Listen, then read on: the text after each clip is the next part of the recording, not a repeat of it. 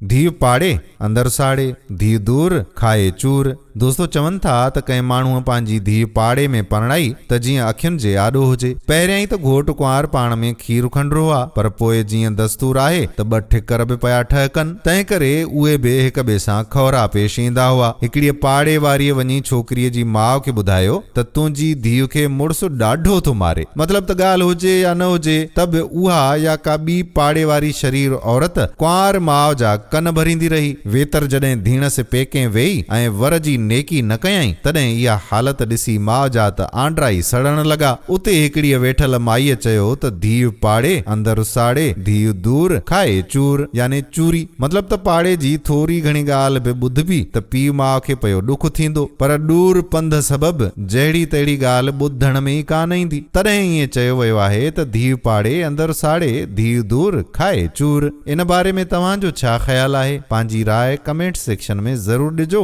ऐं दोस्तनि सां वीडियो बि शेयर कजो।